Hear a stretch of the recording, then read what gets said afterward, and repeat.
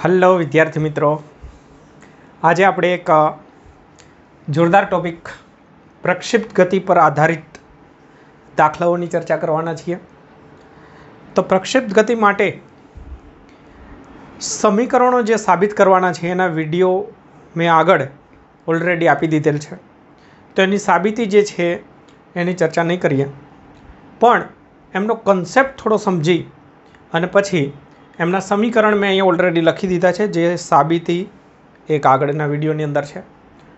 અને એ સમીકરણનો ઉપયોગ કરી અને દાખલા કઈ રીતે બને એ આપણે જોઈશું. તો પ્રક્ષિપ્ત ગતિ અથવા તો પ્રોજેક્ટાઇલ મોશન, એમની અંદર પણ અલગ અલગ પ્રકાર છે. તો પહેલાં જોઈએ પ્રક્ષિપ્ત ગતિ કયા કયા પ્રકારની હોય, અને આપણે આ વિડીયોની અંદર કયા પ્રકારની પ્રક્ષિપ્ત ગતિની ચર્ચા કરવાના છીએ. તો જો પ્રક્ષિપ્ત ગતિ એટલે કોઈ પદાર્થને પૃથ્વીના ગુરુત્વાકર્ષી ક્ષેત્રની અસર હેઠળ જ્યારે કંઈક સમક્ષિતિજ સાથે એંગલ બને એ રીતે ફેંકવામાં આવે ત્યારે એમની જે ગતિ છે એને આપણે પ્રક્ષિપ્ત ગતિ કહીએ. તો એની અંદર પણ અલગ અલગ વેરાયટી આવે પાછી. તો સિમ્પલ પહેલાં તો સમજો કે ફૂટબોલને કિક મારો છો તો એ ગતિ એમની જે થાય છે એ પ્રક્ષિપ્ત ગતિ આ રીતની પર્વલય આકારની જોઈ ગયા છીએ આગળ. એની અંદર પણ અલગ અલગ પ્રકાર કઈ રીતના હોઈ શકે. તો એક પ્રકારની અંદર આવશે કે જ્યારે આપણે પદાર્થને સમક્ષિતિજ પરથી જ ફેંકીએ, જમીનની સપાટી પરથી ફેંકીએ, અહીંયાથી માની લો કે ફેંકીએ છીએ અને એ ગતિ કરતાં કરતાં અહીંયા પહોંચે છે. ત્યારબાદ બીજો પ્રકાર આવશે કે જેની અંદર આપણે અમુક હાઇટ પરથી પદાર્થને ફેંકીએ છીએ, અમુક ઊંચાઈ પરથી, અગાસી પરથી, ટાવર પરથી પદાર્થને ફેંકીએ. તો એ વખતે એમાં પણ ત્રણ રીત છે. એક, તમે સમક્ષિતિજ દિશામાં ફેંકો. એક, સમક્ષિતિજ સાથે કંઈક એંગલ બનાવતી દિશામાં ફેંકો. અને સમક્ષિતિજની નીચે તરફ કંઈક એંગલ બનાવતી દિશામાં ફેંકો. તો અહીંયા પણ પાછા એમના ત્રણ પ્રકાર પડે છે. આપણે સમક્ષિતિજ પરથી ફેંકવાની જગ્યાએ કોઈ એક હાઇટ પરથી જો પદાર્થને ફેંકીએ તો પરિસ્થિતિ ચેન્જ થાય, થોડી સમજણ સૂત્ર ચેન્જ થાય. તો એક આ પ્રકારની ગતિ પણ હોય છે.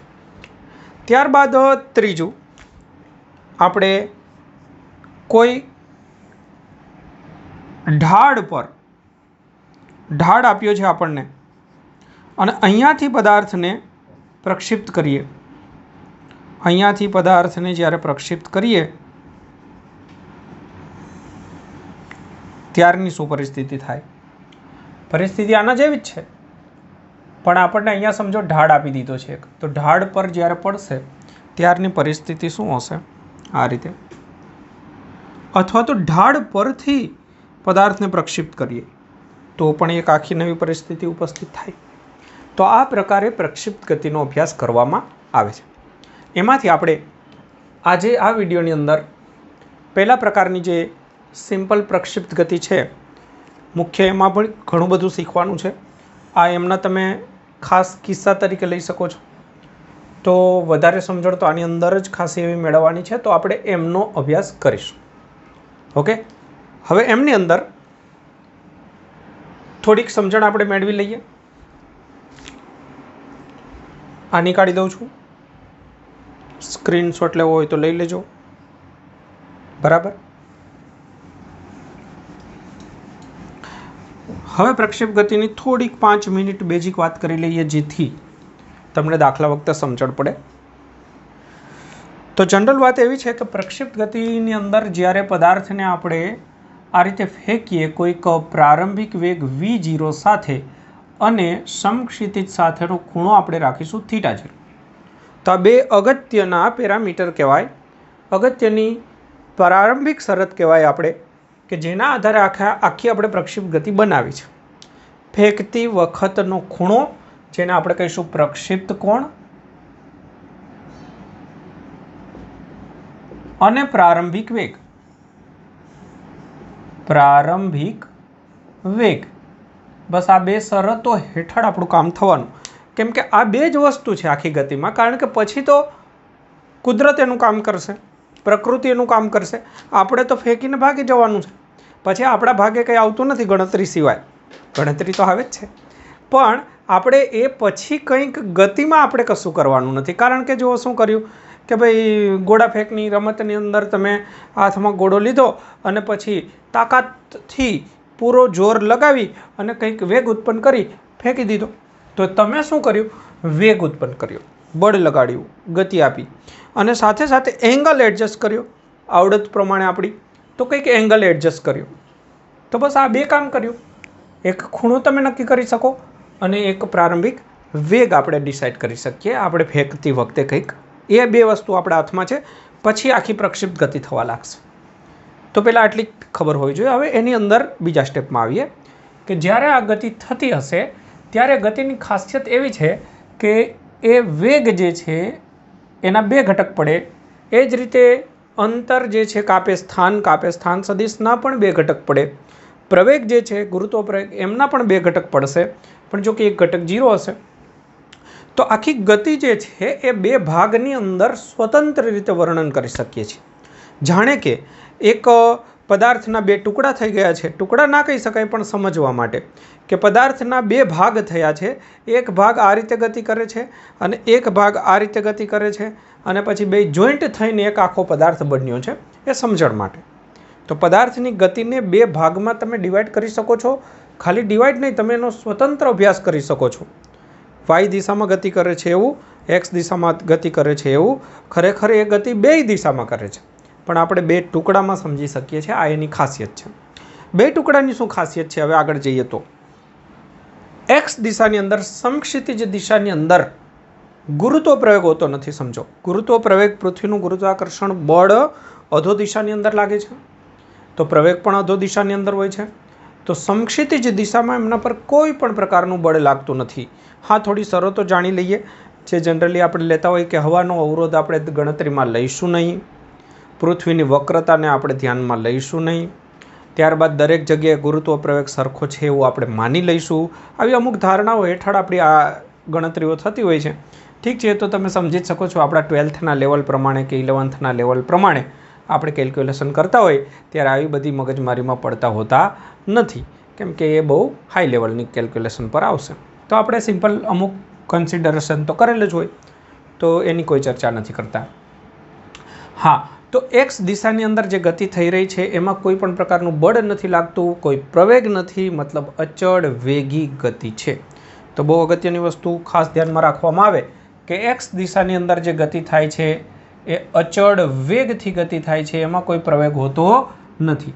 તો અહીંયા એક્સ દિશાની અંદર સમક્ષિતિજ દિશામાં પ્રવેગ નથી, માટે વેગ એમનો અચળ છે. કેટલો રહેશે? આપણે V0 ફેંકીએ તો એમનો એક ઘટક આ બાજુ પડશે કોસ, તો બસ V0 cos θ0 થી આખા માર્ગે ગતિ થશે, કોઈ ચેન્જીસ નહીં. તો કાપેલ અંતર જોઈતું હોય તો બહુ સિમ્પલ છે.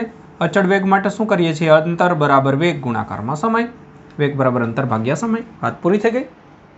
તો એક્સ દિશામાંની ગતિ બહુ સિમ્પલ થઈ ગઈ. વાય દિશાની ગતિ જે છે એમાં ઉર્ધ્વ દિશાની અંદર ગુરુત્વ પ્રવેગ હશે અને આખા માર્ગે પ્રવેગિત ગતિ થશે. ખાસ ધ્યાન દેજો, નાની નાની વસ્તુ થિયરીમાંથી જ સમજી લેવાની છે. આખા માર્ગે પ્રવેગિત ગતિ, આખા માર્ગે પ્રવેગ અચળ અને ગુરુત્વ પ્રવેગ, અને એ નીચે તરફ જ હશે કાયમી.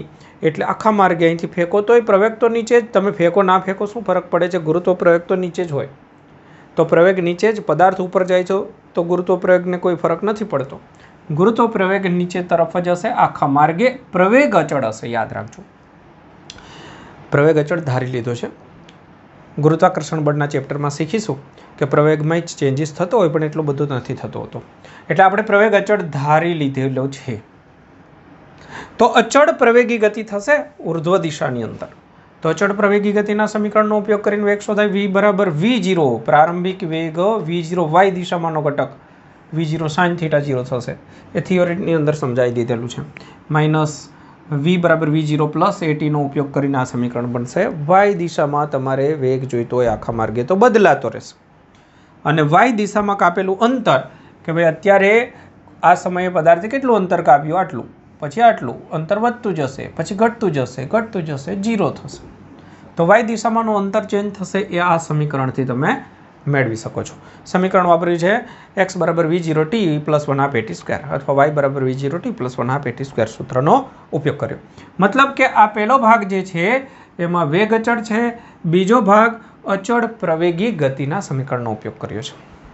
ત્યારબાદ x અને y ને જો જોઈન્ટ કરવામાં આવે તો પ્રક્ષેપ ગતિનું સમીકરણ કહેવાય એને. તો આ પ્રક્ષેપ ગતિનું સમીકરણ x અને y ને જોઈન્ટ કરતા બનશે, જેનું સ્વરૂપ y બરાબર ax માઇનસ bx સ્ક્વેર એટલે કે પરવલય આકારનું બનશે. ત્યારબાદ h જે છે એ છે મેક્સિમમ હાઇટ, મહત્તમ ઊંચાઈ. તો મહત્તમ ઊંચાઈ માટેનું આ સમીકરણ બને છે v0 square sine square theta upon 2g. આ સમીકરણ બને છે. એમાંય h મેક્સિમમ ક્યારે બને? h તો છે જ, એમાં h મેક્સિમમ આ બહુ અગત્યની વસ્તુ પણ છે. તો જ્યારે સાઇનની કિંમત તમે અહીંયા 1 લઈ લેશો તો v0 સ્ક્વેર બાય 2g બનશે, v0 સ્ક્વેર બાય 2g. તો આમાંથી એ ડાયરેક્ટ યાદ રાખી દેજો. ઓકે. ત્યારબાદ r એટલે સમક્ષિતિજ દિશામાં કપાયેલું મહત્તમ અંતર એટલે કે અવધિ, જેને આપણે કહીશું અવધિ. તો અવધિ પણ મેક્સિમમ કેટલી થાય? r maximum. આ પણ સમજો. 45ના ખૂણે ફેંકશો ત્યારે વધારેમાં વધારે અવધિ બનશે અને એ બનશે v0 સ્ક્વેર બાય g. તો તમે જરા ધ્યાનથી જુઓ કે તમે સમક્ષિતિજ દિશામાં મેક્સિમમ તમારી તાકાત v0 પ્રમાણે આટલું અંતર કાપી શકે, અને એ જ પદાર્થને જો ઉર્ધ્વ દિશામાં ફેંકવામાં આવે ડાયરેક્ટ 90ના એંગલ પર, ત્યારે એ v0 સ્ક્વેર બાય g અને છેદમાં 2 આવ્યું, મતલબ આના કરતાં અડધી ઊંચાઈ જશે, આ અંતર કરતાં અડધી ઊંચાઈ. તો આમનો રિલેશન બન્યો કે r maximum is equal to 2h maximum. મતલબ આના પર તો ઘણા દાખલા છે બાળકો, હું દાખલો સમજાવું છું સીધો જ.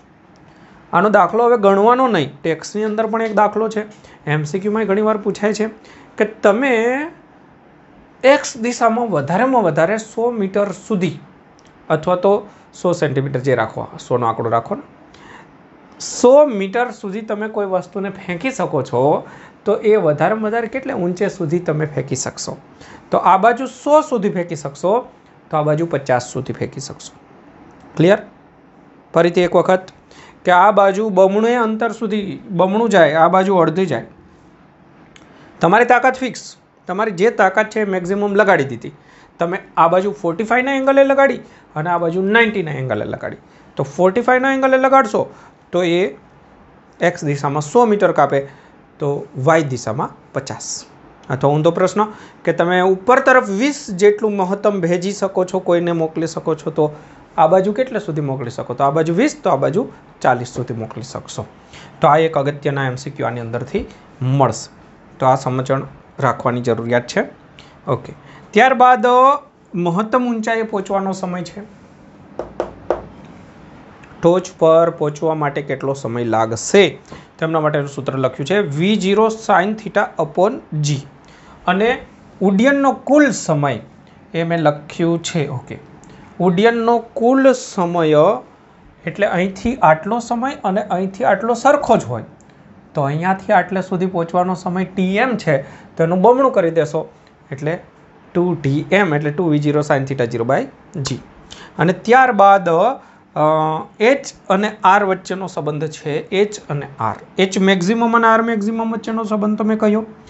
h અને r વચ્ચેનો સંબંધ થીટાના સ્વરૂપમાં, તો tan થીટા is equal to 4h by r પણ ક્યાંક MCQની અંદર દાખલાઓની અંદર ડાયરેક્ટ કામ લાગી જતું હોય છે. ઓકે. તો બધા મિત્રો કામ કરશે, આ સમીકરણો બધા સરસ રીતે લખી લેશે, અને જે મેં ચર્ચા કરી છે થોડી એ પણ તમારી રીતે નોટ કરી દેજો. ઓકે. ચલો જોઈ લો આટલું, પછી આપણે દાખલાઓમાં આગળ વધીશું.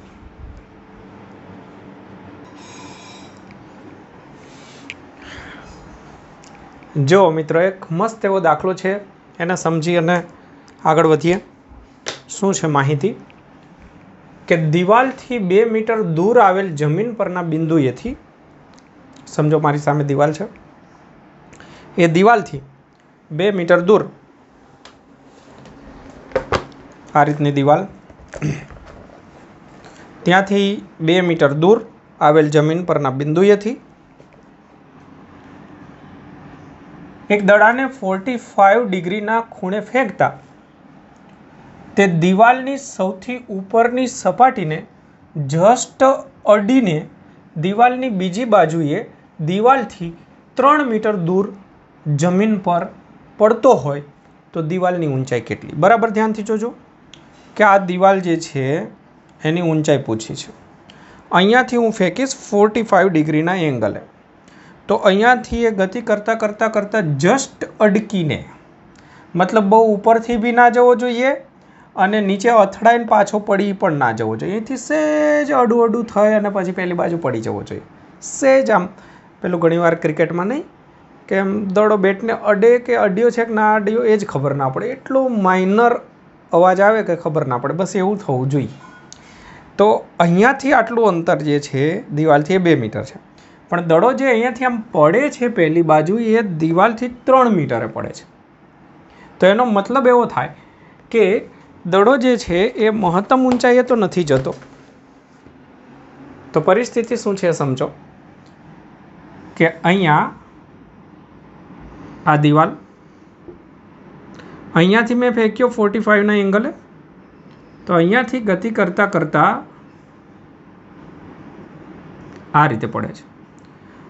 તો આ પરિસ્થિતિમાં એવું નથી કે આ એચ છે, કારણ કે એચ નહીં હોય એનું કારણ એ છે કે આ અંતર વધારે છે. સમજો અહીંયા 2 મીટર છે અને અહીંયા 3 મીટર છે, તો સેન્ટર પોઈન્ટ નથી. તો એનો મતલબ કે આ એચ નથી પણ વાય છે. તો આપણે વાય શોધવાનું છે, અને વાય શોધવા માટે ઓલરેડી આપણને એક્સ આપી દીધું છે. તો વાય શોધવા માટે એક્સ આપ્યું હોય, પ્રારંભિક વેગ નથી પણ એંગલ આપ્યો છે, θ045 આપ્યો છે. તો પહેલાં આટલી પરિસ્થિતિને દિમાગમાં બેસાડીએ. તો વાય શોધવાનું છે, એચ શોધવાનું નથી. પહેલાં એ ક્લિયર કરીએ. તો વાય શોધવા માટે તમારી સામે વાયનું આ સૂત્ર છે. વાયના સૂત્રમાં ઓલરેડી એક્સ આપણી પાસે છે. કઈ વસ્તુ હોય? પ્રક્ષિપ્ત ગતિમાં 2 જ વસ્તુ હોય, એક પ્રક્ષિપ્ત કોણ હોય ને એક V0 હોય, બાકી બધું તો ખાલી જ હોય. બરાબર? તો પ્રક્ષિપ્ત કોણ તો છે આપણી પાસે, તો V0 ખાલી ખૂટે છે. જો V0 મળી જાય ને તો આપણું કામ બની જાય. V0 કઈ રીતે શોધવું? તો એમના માટેની હિન્ટ ખાલી જો ખબર પડી જાય તો તમારો દાખલો પૂરો થઈ ગયો. જો એમના માટે એક હિન્ટ છે સરસ એવી કે ટોટલ અંતર આપણને ખબર છે ને ટોટલ અંતર એક્સ દિશામાંનું એને તો આપણે અવધિ કહીએ છીએ. તો ઇનડાયરેક્ટલી તમને અવધિ આપી દીધેલી છે. તો અવધિનું સૂત્ર છે તમારી સામે અહીંયા જ. તો એમાં આર કિંમત તમારી પાસે હોય અને ખૂણો હોય પ્રક્ષિપ્ત કોણ, એટલે પ્રારંભિક વેગ મળી જાય. બસ, તો આ થઈ ગયો દાખલો પૂરો. તો આટલી હિન્ટ ક્લિયર હોવી જોઈએ. તો જો આરના સૂત્રની અંદર હું 5 મૂકી દઈશ તો મને અહીંયાથી V0 મળી જશે. તો પહેલું સ્ટેપ જે છે આ રીતે થશે. પહેલાં હું આરના સૂત્રની અંદર V0, એમાંથી V0 શોધી કાઢીશ. તો આર બરાબર સૂત્ર છે V0² sin 2θ અપોન g. આની અંદર કિંમત આરની જગ્યાએ 5, અહીંયા V0², પછી sin 2θ, થીટાની કિંમત 45, તો 2θ એટલે 90, sin 90 એટલે 1. તો મને મળી ગયું V0, અથવા તો V0²/g ની જ જરૂર પડશે તો આટલું જ રાખી દઉં. તો આ એક મળી ગયું. હવે બસ આ V0²/g અહીંયા મૂકી દઈશું. તો આપણું જે વાયનું સમીકરણ છે એની અંદર હવે કિંમત મૂકીએ. તો વાય બરાબર, જરા ધ્યાન દેજો, વાય બરાબર જે વાય શોધવાનું છે tan 45, થીટાની કિંમત 45, તો tan 45 એટલે 1 ઇન્ટુ એક્સ, એક્સની કિંમત 2, પછી માઇનસ, પછી અહીંયા ધ્યાન દેજો 2, પછી આ V0²/g એટલે કે g/V0². તો g/V0² એટલે હું લખીશ 1/5. મેં g/V0² નું લખી દીધું. પછી છેદમાં 2 છે અને કોસનો વર્ગ છે. છેદમાં હજુ 2 છે અને કોસનો વર્ગ. cos 45, तो cos 45 એટલે શું થાય 1/√2 અને એનો વર્ગ એટલે 1/2 થશે ઇન્ટુ હજુ x² બાકી છે એટલે 2નો વર્ગ. તો મેં બધી કિંમત મૂકી છે, બીજું કશું કર્યું નથી. બસ પૂરું થઈ ગયું મારો દાખલો. તો કારણ કે મારે તો y જોઈતો હતો તો મળી જશે આમાંથી. તો y ઇઝ ઇક્વલ ટુ થશે 2 અને અહીંયા આપણે આ કેન્સલ કરીએ તો 4ના ભાગાકારમાં 5. ઓકે, તો અહીંયા y ઇઝ ઇક્વલ ટુ થશે 10 - 4 એટલે કે 6 ભાગાકારમાં 5 અથવા તો કહી શકો કે 12 ભાગાકારમાં 10 એટલે કે 1.2 મીટર. બસ, તો આ થઈ ગયો આન્સર. તો શું શીખ્યા આની અંદરથી? એ શીખ્યા કે જો આ પરિસ્થિતિ આપણને આપે તો આ h નથી, સાથે સાથે આ r છે અને rમાંથી આપણે v0 મળે અને v0ની કિંમત આપણે આ સમીકરણમાં મૂકીએ તો આપણને y મળી જશે. તો લખી લો, બહુ મસ્ત એવો દાખલો છે. સ્ક્રીનશોટ લઈ લેજો.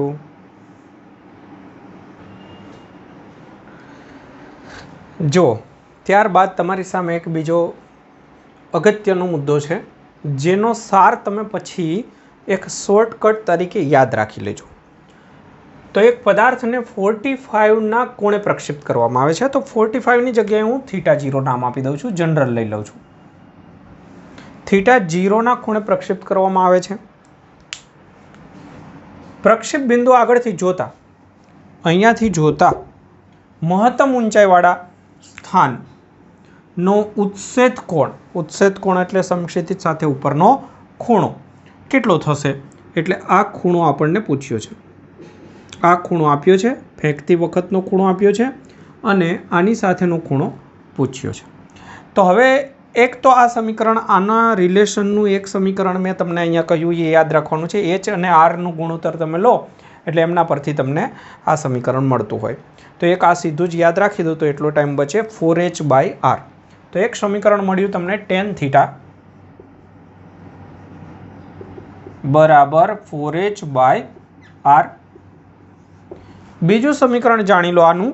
આમાં પણ આપણે tan θ લઈ લઈએ તો tan θ એટલે tan આલ્ફા, સામેની બાજુ થશે h અને પાસેની બાજુ થશે r/2. તો થશે h/r/2. તો આ મળી ગયું સમીકરણ tan આલ્ફાનું. તો અહીંયા આપણે tan alpha is equal two લખીએ 2h/r. તો તમે જોઈ શકો છો કે આમની કિંમત કરતાં આમની કિંમત 2 ગણી છે. સિમ્પલ ગુણોત્તર લઈ લેશો તોય મળી જશે, અથવા સીધું જ તમને ખબર પડી જાય છે કે tan θ જે છે એ મોટું છે. આમાંથી હું બગડો બહાર નીકાળી દઉં તો આટલી કિંમત રહેશે અને એની જગ્યાએ હું લખી દઉં tan આલ્ફા. તો ધીસ ઇઝ મસ્ત રિઝલ્ટ. ઓકે, મસ્ત એવું રિઝલ્ટ છે કે આ ખૂણો જે છે નાનો છે, આ ખૂણો મોટો છે. તો બંનેની tan લો તો આના કરતાં આની tan બમણી. આટલું યાદ રાખી લઈશું.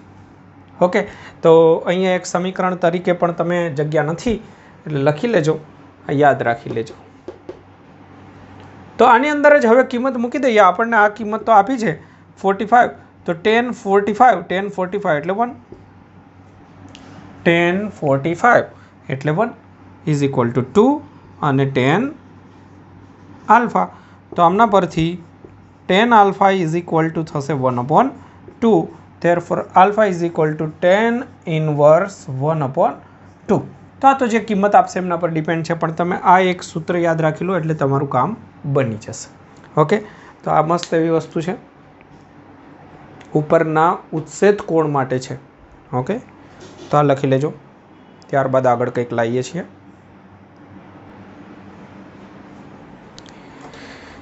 જો ત્યાર પછીના પ્રશ્નની અંદર આપણને એક પદાર્થને v જેટલા વેગથી પ્રક્ષેપિત કરવામાં આવે છે. પ્રક્ષેપિત કોણ આપ્યો નથી. જો તેની અવધિ મહત્તમ ઊંચાઈ કરતાં બમણી હોય તો અવધિ શોધી કાઢો. તો અહીંયા પ્રક્ષેપિત કોણ આપ્યો નથી એટલે અવધિ શોધવાની અંદર શું પ્રોબ્લેમ થશે? અવધિ એટલે r v0². તો V0ની જગ્યાએ તો આપણે V લઈ લઈશું મૂલ્ય. પછી અહીંયા થીટાનો એક પ્રોબ્લેમ થશે. તો એમના માટે આપણને આપ્યું છે કે અવધિ એ મહત્તમ ઊંચાઈ કરતાં બમણી છે. એનો મતલબ એવો નથી કે H મેક્સિમમ જે છે R maximum is equal to 2H maximum, એ તો કાયમી હોય, એ નથી કહ્યું. આપણને એવું કહ્યું છે કે R is equal to 2H. તો પહેલા સ્ટેપ અહીંયાથી આપણે વિચારીએ કે અવધિ R એ મહત્તમ ઊંચાઈ H કરતાં બમણી છે. તો Hને 2 વડે ગુણીશું એટલે R બનશે. તો આની અંદર સમીકરણ આપણું જે છે મૂકીએ, આરની જગ્યાએ લખીએ V02 sin 2θ अपॉन G અને અહીંયા V02 sin square theta upon G. તો આપણો ટાર્ગેટ છે થીટા શોધવો. તો થીટા શોધવા માટે જો V02 બાય G અહીંયા કેન્સલ, અહીંયા sin 2θ ને લખીએ 2 sin theta cos theta is equal to sin square theta. Theta 0 નથી લખતો, ટૂંકમાં હું થીટા લખું. તો એક સાઇન અહીંયાથી કેન્સલ થઈ જશે. તો તમારી સામે રહેશે 2 cos theta is equal to sin theta. હું આને નીચે લઈ જાઉં તો sin theta upon cos theta is equal two 2 બનશે, એટલે કે tan થીટા ઇઝ ઇક્વલ ટુ 2 બનશે. તો આ પરિસ્થિતિની અંદર આપણે આ રીતની કેલ્ક્યુલેશન વિચારી શકીએ કે અહીંયા એક ત્રિકોણ બનાવો, અહીંયાનો ખૂણો થીટા. સમજો tan થીટા એટલે શું થાય? તો આ tan થીટા બરાબર 2 એટલે કે 2ના છેદમાં હું 1 રાખું તો સામેની બાજુ અને પાસેની બાજુ સાપા. તો tan એટલે સામેની બાજુ, તો હું સામેની બાજુ જો 2 પસંદ કરું તો પાસેની બાજુ 1 થાય. 4 પસંદ કરવી હોય તો ચાલે, તો 4 છેદમાં 2 આવશે. એ રીતે કોઈ બી તમે પસંદ કરી શકો છો. તો પસંદ અપની અપની, પણ આપણે નાનામાં નાનું આ પસંદ કરીએ. તો અહીંયા 1 હોય એમ 2 હોય તો પાયથાગોરસના નિયમ પ્રમાણે 1નો વર્ગ 1 અને 2નો વર્ગ 4, 2નો સરવાળો કરો એટલે અહીંયા બનશે √5. તો આ થઈ ગયો કર્ણ. તો હવે આપણે આ થીટા જે છે એનો ઉપયોગ આ સમીકરણની અંદર કરીશું. તો હવે R આપણને મળી જશે. તો જો R અવધિ બરાબર V02, હું આને આ રીતે લખી દઉં છું sin theta cos theta, sin 2θ ને. તો હવે મારી પાસે sin થીટા આકૃતિની ભૂમિતિ પરથી મળશે.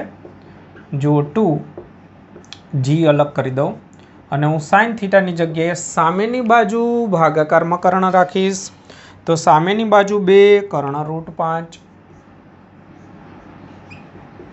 ગુણોત્તરમાં જ આવે, તમે અહીંયા 4 રાખ્યું તેના અનુરૂપ આવે એટલે એ બધું એક જ થાય. cos થીટા એટલે રાખીશું સામેની બાજુ, પાસેની બાજુ અને કર્ણ.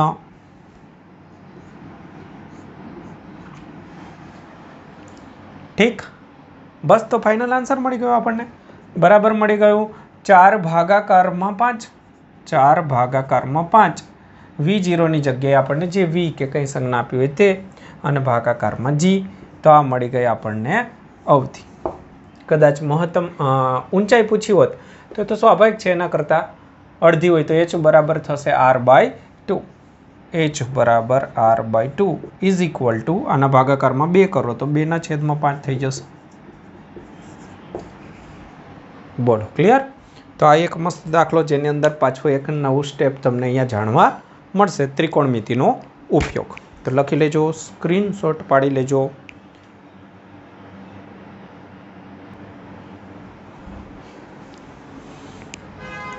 ત્યારબાદ એક મસ્ત એવો દાખલો છે. સમાન દળના 2 પ્રક્ષિપ્ત પદાર્થ, 2 જુદા જુદા પદાર્થ છે, બંનેના દળ સરખા છે. પહેલી વસ્તુ આપણને આપી, 2ના દળ સરખા છે અને બંને પદાર્થની મહત્તમ ઊંચાઈનો ગુણોત્તર આપણને આપ્યો છે. સાથે સાથે મહત્તમ ગતિ ઉર્જાનો ગુણોત્તર પણ એટલો જ છે. મહત્તમ ઊંચાઈ એટલે Hનો ગુણોત્તર, મહત્તમ ગતિ ઉર્જાનું સૂત્ર છે 1/2 mv², એમનો ગુણોત્તર. અને મહત્તમ ગતિ ઉર્જા ક્યારે હોય, આ બી એક વસ્તુ ક્લિયર કરી દઉં કે જ્યારે તમે ફેંકો ત્યારે પ્રારંભમાં વેગ જે છે એ મહત્તમ હોય, તો મહત્તમ ગતિ ઉર્જા પણ શરૂઆતમાં જ હોય, પછી આખા માર્ગે જે ગતિ ઉર્જા છે એની અંદર ચેન્જ થાય, કેમ કે વાય દિશામાંનો વેગ બદલાતો રહે. ઓકે, તો વેગ બદલાય એટલે ગતિ ઉર્જા બદલાય. તો મહત્તમ ગતિ ઉર્જા પ્રારંભમાં જ હોય, તો એમનો ગુણોત્તર પણ આપી દીધો છે. તો તેમની અવધિનો ગુણોત્તર શોધો. પ્રશ્ન કર્યો અવધિનો ગુણોત્તર શોધો. તો આપણે લાસ્ટ સ્ટેપથી વિચારીએ કે અવધિના ગુણોત્તર માટે શેની જરૂરિયાત રહેશે. તો અવધિ પહેલા પદાર્થ માટે R1 કહો, બીજા પદાર્થ માટે R2 કહી દઉં. ગુણોત્તરમાં હું G બંનેમાં છેદમાં આવશે એટલે એને હું નથી લેતો. તો પહેલા માટે માની લો કે પ્રારંભિક વેગ V01 કહી દઈએ અને પ્રારંભિક પ્રક્ષિપ્ત કોણ sin2θ એટલે કે 2θ1 કહી દો, θ01 નથી રાખતો. એ જ રીતે બીજા પદાર્થ માટે એનો પ્રારંભિક વેગ કહી દો V02 અને એમનો પ્રક્ષિપ્ત કોણ કહી દો θ2. તો આ ગુણોત્તર થશે. તો મતલબ કે આપણને પ્રારંભિક વેગની જરૂરિયાત રહેશે અને થીટાની જરૂરિયાત રહેશે, આવી કોઈક વાત થઈ. તો પ્રારંભિક વેગ ગતિ ઉર્જા જે આપી છે એમાંથી કંઈક મળશે અને મહત્તમ ઊંચાઈમાંથી કંઈક થીટા મળે એવી સંભાવના. તો ગતિ ઉર્જાથી આપણે શરૂઆત કરીએ. તો પહેલું સ્ટેપ, ગતિ ઉર્જાનો ગુણોત્તર, મહત્તમ ગતિ ઉર્જાનો ગુણોત્તર તો 1/2 પહેલા પદાર્થ માટે m અને પ્રારંભમાં જે વેગ હોય ને એ મહત્તમ જ હોય. તો એ જ રીતે બીજા પદાર્થ માટે થશે. હવે આપણને આ ગુણોત્તર આપી દીધો છે, એ ગુણોત્તર કયું 4/1. તો હું અહીંયા લખું 4/1, 1/2 અને m તો કેન્સલ. તો આપણને મળી ગયું સમીકરણ, વિના સંબંધનું સમીકરણ મળી ગયું. જો આપણું આ કામ બની ગયું. તો આ કામ આપણું બને છે 4/1. હવે અહીંયા આપણે આગળ વિચારવાનું રહ્યું. એમના માટે બીજું સ્ટેપ કરીએ. આપણને h નો ગુણોત્તર આપ્યો છે, તો h માટે ચેક કરી લઈએ. વેગનો વર્ગ સાઇન થીટાનો વર્ગ અને નીચે 2 અને g તો અચળ હોય, બંનેમાં આવશે એટલે આપણે અંશને ગુણોત્તરમાં લઈએ. તો V02 sin સ્ક્વેર થીટા, એમાં હું પહેલા પદાર્થ માટે 1 સંજ્ઞા આપી દઉં, આ સમીકરણનો ઉપયોગ કરી રહ્યો છું, અને બીજા પદાર્થ માટે 2 સંજ્ઞા આપી દઉં.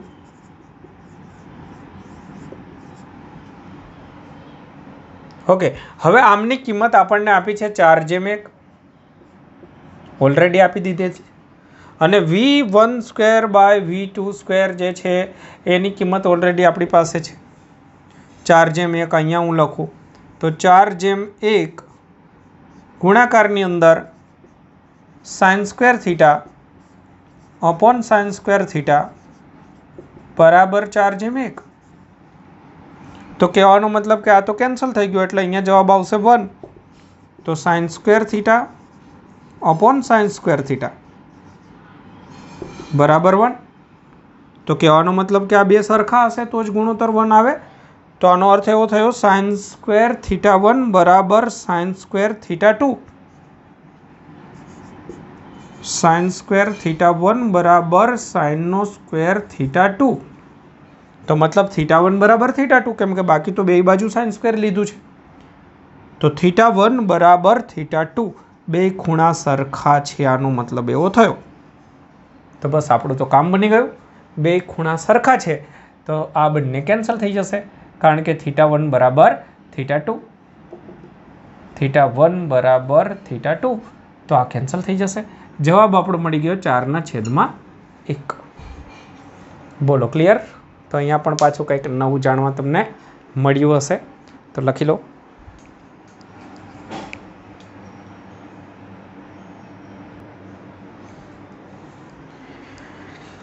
જો ત્યારબાદ આગળ એક શીખ્યા હતા એને મળતો છે, પણ સામાન્ય એમાં ફરક છે.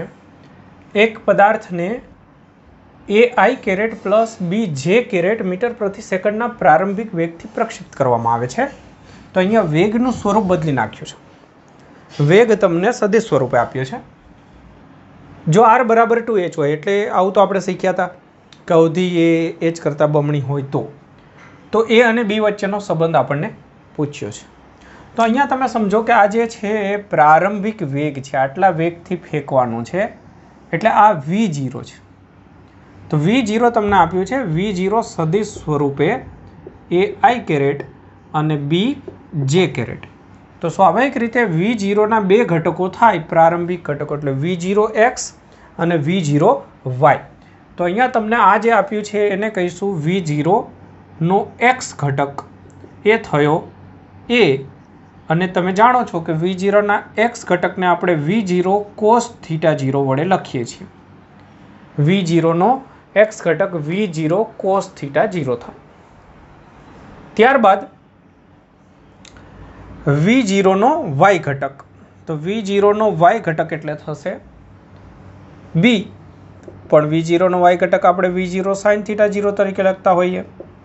પ્રક્ષેપ ગતિના બે ઘટક V0 cos θ અને V0 sin θ. તો આપણને A અને B નો રિલેશન આ રીતે મળશે. તો જો આનો ગુણોત્તર લઈ લઈએ અથવા આ સમીકરણ આમ રાખીએ A અને B, તો આવું જે મળે ત્યાં આગળ આપણે A અને B લખી શકીએ. હવે આપણે આગળ વધીએ તો આપણી પાસે આ સમીકરણ છે R બરાબર 2 × H રકમમાં આપ્યું. તો R ની જગ્યાએ હું શું લખીશ? V0 સ્ક્વેર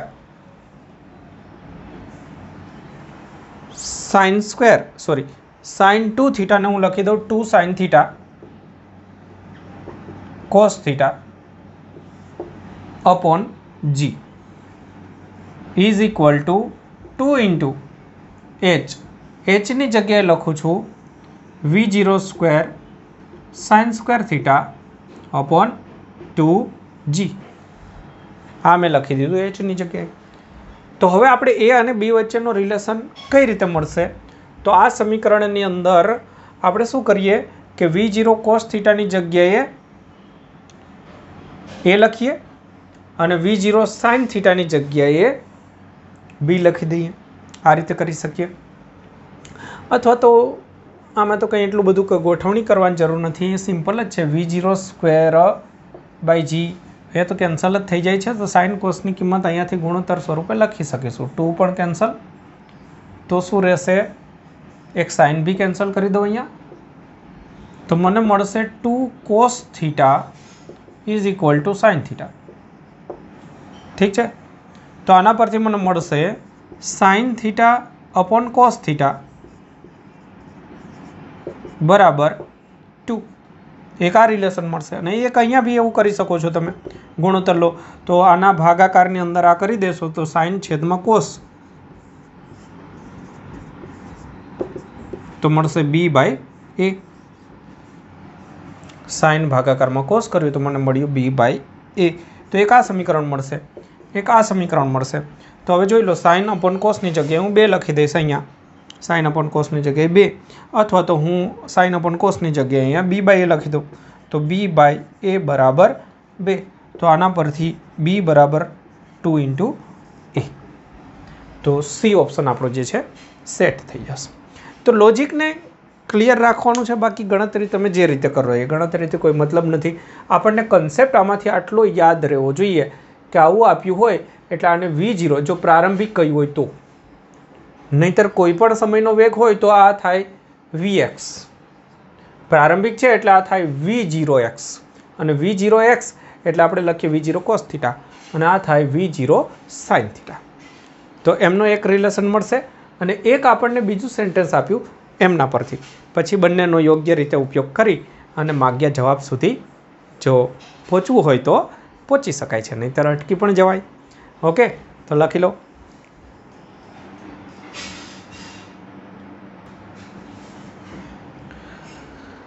જો ત્યાર પછીના એક દાખલાની અંદર એક નવો કોન્સેપ્ટ પાછો સમજીશું, જે થિયરી વખતે મેં તમને સમજાવ્યો હતો આગળના વિડીયોની અંદર, એનો ઉપયોગ કરવાનો છે. બે પદાર્થો છે જેને સમાન વેગથી ફેંકવાના છે, પણ જુદા જુદા ખૂણે ફેંકવાના છે.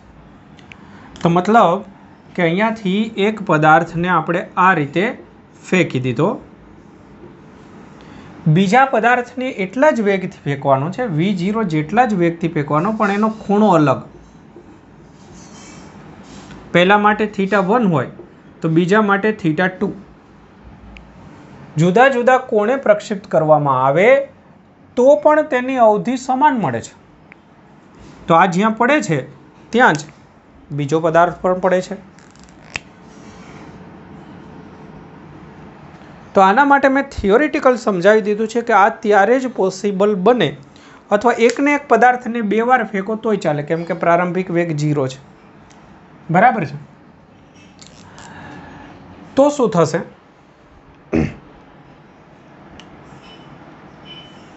कि एक ने थीटा जेटला खूणे फेंक्यो होय, आ थियरीनी अंदर समजावेलुं छे कि एक वखत जो थीटा जेटला खूणे फेंक्यो तो बीजी वखत पाछो 90 माइनस थीटा जेटला खूणे सरखी अवधि मळे, अथवा तो एवुं बी शीखवाड्युं के 45 ना साथे सरखा खूणे सरखी अवधि मळे, अथवा एक 30 ना खूणे मळे अवधि, तो एक आ बाजुथी 30 कट करवानो एटले के અહીંથી ગણો तो 60 થઈ જશે। तो सिम्पल लॉजिक याद राखवानुं छे कि थीटा खूणे जे अवधि मळे, थीटा खूणे जे अवधि मळे एटली ज अवधि पाછી 90 माइनस थीटा खूणे मळे। तो आ लॉजिक याद राखवानुं छे तो दाखलो थशे। तो पहला पदार्थ ने धारी लो कि थीटा जेटला खूणे फेंकीए छीए तो बीजा ने 90 माइनस थीटा जेटला खूणे फेंकवो पड़े तो आ वाक्य पॉसिबल बने। तो बीजा माटे 90 माइनस थीटा जेटलो खूणो होय। बस तो आटलू क्लियर थवुं जोईए। तो पछी कशुं अघरुं नथी। तो हवे आपणे शुं करीशुं जुओ कि पहला माटे हाँ हवे आगळ छे प्रश्न वांची लो। जो आ पदार्थोना उड्डयनना समयो T1 अने T2, उड्डयननो समय एटले उड्डयननो कुल समय कहेवाय, टूंकमां ए रीते लखाय छे। तो उड्डयननो कुल समय एटले थाय 2v0 sin theta 0 upon g एनो गुणाकार केटलो। तो पहला आपणे T1 लईए। T1 बराबर शुं थशे पहला पदार्थ माटे उड्डयननो समय, तो उड्डयनना समयनुं सूत्र छे 2v0। तो 2v0 बंने माटे कॉमन छे, समान वेग छे। पछी आवशे sin थीटा अपॉन g। तो हूँ पहला माटे लखीश sin थीटा अपॉन g। तो आ ज रीते हवे विचारो बीजा माटे मारे सूत्र बनाववुं होय तो शुं चेन्जीस थशे। तो चेन्जीस तमारी सामे ज छे। बीजानो एंगल खाली चेन्ज थशे, बाकी कंई चेन्ज नथी करवानुं। 2v0 sin एमां थीटा होय तो आमां लखवानुं 90 माइनस थीटा अने बाकी बधुं सेम। तो आपणने बंनेना समय मळी गया। हवे आपणे शुं करवानुं छे, गुणाकार करवानो छे। तो गुणाकार करी दईए। गुणाकारनी अंदर थशे 2v0 sin theta upon g into T2 ની જગ્યાએ હું લખું 2v0 આનું કરી દઉં cos। હવે આપણને જે ઓપ્શન આપ્યા છે જુઓ કે આ T1 T2 નો ગુણાકાર R અને G ના સ્વરૂપમાં છે। R લાવવાનો છે કોઈ બી રીતે। તો R લાવવા માટે શું કરવાનું કે R ની કિંમત તમારી પાસે આ છે એટલી કિંમત જો તમને આમાં દેખાય તો ત્યાં R લખી દેવું। તો એ કિંમત આમ તો ખબર પડી જાય એવું છે અહીંયા v0² sin 2 थीटा। तो आर નું એક સમીકરણ બી અહીંયા લખી રાખું v0² sin 2 थीटा ના આ રીતે લખું 2 sin theta cos theta upon g। तो આટલું જ્યાં દેખાય ત્યાં લખી દઉં। અને જો ક્યારેક બહુ કોમ્પ્લિકેટેડ હોય ને ખબર ન પડે તો સીધી સાદી રીત ગુણોત્તર લઈ લેવો એટલે આપોઆપ બધું કેન્સલ થઈને ગોઠવાઈ જાય। અત્યારે તો સિમ્પલ છે, કોઈ વાંધો નથી। જુઓ અહીંયા v0² છે, આ v0 आ v0 એટલે v0² થઈ ગયું। પછી એક 2 લઈ લઉં છું, રાઉન્ડ કરું એટલું ગયું સમજજો। 2 લઈ લીધું। sin થીટા cos થીટા લઈ લઉં તો આ sin થીટા આવી ગયું, આ cos થીટા આવી ગયું અને છેદનો એક g લઉં તો આ g। તો આટલા જે મેં રાઉન્ડ કર્યા એટલાની જગ્યાએ મારા r લખવાનો થશે। તો હું એની જગ્યાએ r લખી દઉં, બાકીનું બધું એમનેમ રાખું। તો હવે ગુણાકાર ને ભાગાકારમાં શું રહેશે, અંશમાં કંઈ બચ્યું तो आटलू तो 3 गया, अहींया रह्यो बगड़ो। छेदनी अंदर कई रह्यु तो कि एक जी, बस जवाब आई। तो मळ्यो आपणे 2r/g। क्यारेक आटलू जो सहेलू न होय तो तमारे कायमी गुणोत्तर लेवो, याद राखजो। गुणोत्तर लई लेशो आना भागाकाરમાં आ करशो એટલે આપોઆપ બધું ગોઠવાઈ જશે અને તમે જે સીધી જ કિંમત ન મૂકી શકતા હોય તો એ કામ પણ બની જશે। ઓકે, તો અહીંયા શું જાણીએ આપણે, શું શીખ્યા કે જ્યારે કોઈ પદાર્થને સરખા વેગથી ફેંકવામાં આવે, બે જુદા જુદા પદાર્થને જુદા જુદા એંગલથી ફેંકવામાં આવે પણ સરખી ઝડપથી ફેંકવામાં આવે તો એમની જો અવધિ સરખી મળતી હોય તો એમના ખૂણામાં એકનો થીટા હોય તો બીજાનો 90 - થીટા, અથવા ઊંધું બી વિધાન કરી શકો છો કે એકને થીટા ખૂણે ફેંકવામાં આવે, બીજાને 90 - થીટા ખૂણે ફેંકવામાં આવે, પણ સરખા વેગથી ફેંકવામાં આવે તો બંને સરખી અવધિ પ્રાપ્ત કરશે. ઓકે, લખો તારે. બહુ બોલી ગયો હું. જો હમણાં જે શીખ્યા એક્ઝેક્ટ એમના પર આધારિત એક નવો પ્રશ્ન બનાવી શકાય કે બે પદાર્થને સરખા વેગથી ફેંકવામાં આવે છે, બંનેની અવધિ જો સરખી છે તો એકને 60ના ખૂણે ફેંકવામાં આવે ત્યારે જો એમની મહત્તમ ઊંચાઈ આટલી હોય તો બીજાની મહત્તમ ઊંચાઈ કેટલી હોય. આ જ પ્રશ્ન ચેન્જ કરી અને તમને અવધિ એકની આપે અને બીજાની અવધિ પણ પૂછી શકે, એવું કંઈ પણ કરી શકે. લોજિક ક્લિયર હોવું જોઈએ, કન્સેપ્ટ ક્લિયર હોવો જોઈએ કે જો આ વસ્તુ થતી હોય તો બેયના ખૂણા વચ્ચેનો તફાવત 90 ડિગ્રીનો હોય, તો એકનો 60 હોય તો બીજાનો ખૂણો કેટલો હોય, 90 - થીટા એટલે કે 30 હોય. બસ આટલી વસ્તુ ક્લિયર હોય તો આ લોજિક પરથી હું કહી શકું કે θ2 = 30. તો હવે ક્યાં અઘરું રહ્યું? પૂરું થઈ ગયું. H1નું સમીકરણ લખો, H2નું સમીકરણ, એમાં આ બંને કિંમત મૂકી દો. જો H1ની જગ્યાએ હું શું લખીશ? H1 બરાબર લખીશ, પ્રારંભિક વેગ તો સરખો જ હશે તો V02 sin સ્ક્વેર, પહેલા માટે હું કિંમત લખીશ 60 બરાબર. H બરાબર V02 sin square upon 2G બરાબર V02/2G ઇન્ટુ sin 60 એટલે √3/2 અને એનો વર્ગ એટલે 3/4. આ એક બની ગયું. એવું જ બીજું બનાવી દો.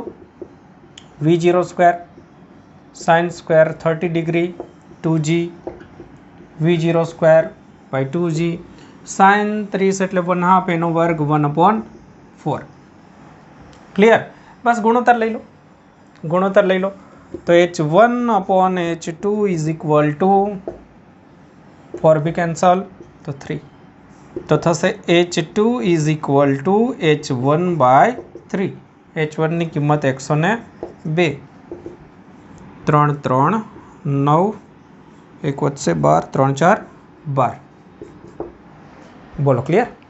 તો જો હવે વિડીયોની લંબાઈ ખાસી બધી થઈ ગઈ છે તો તમે લોકો હવે વધારે ગણાવીશ તો કંટાળી જશો, મને ખબર છે. તો એને ધ્યાનમાં રાખતા આપણે બીજા ઘણા હજુ દાખલા મારે શીખવાડવાના છે, એ બીજા ભાગની અંદર કવર કરીશ. આ જ મેથડ સમક્ષિતિજ દિશાની અંદર ખૂણા સાથે, મતલબ પહેલી જ પ્રક્ષિપ્ત ગતિની રીત, હજુ એની અંદર પણ અમુક વસ્તુ તમને સમજાવવી છે તો એને લગતો બીજો ભાગ હું તમને બનાવી દઈશ. તો અપેક્ષા રાખું છું કે તમને મજા આવી હશે, મસ્ત એવો ગમ્યો હશે. ઓકે, ઘણી બધી વસ્તુ તમને આમાં જાણવા મળી હશે. તો મસ્ત રીતે કન્સેપ્ટ વાઇઝ તૈયાર કરતા રહો. દાખલાઓ કોઈ બી આવે પણ કન્સેપ્ટ વાઇઝ તૈયાર કરતા રહો. ઓકે, તો નવા ભાગની અંદર મળીશું.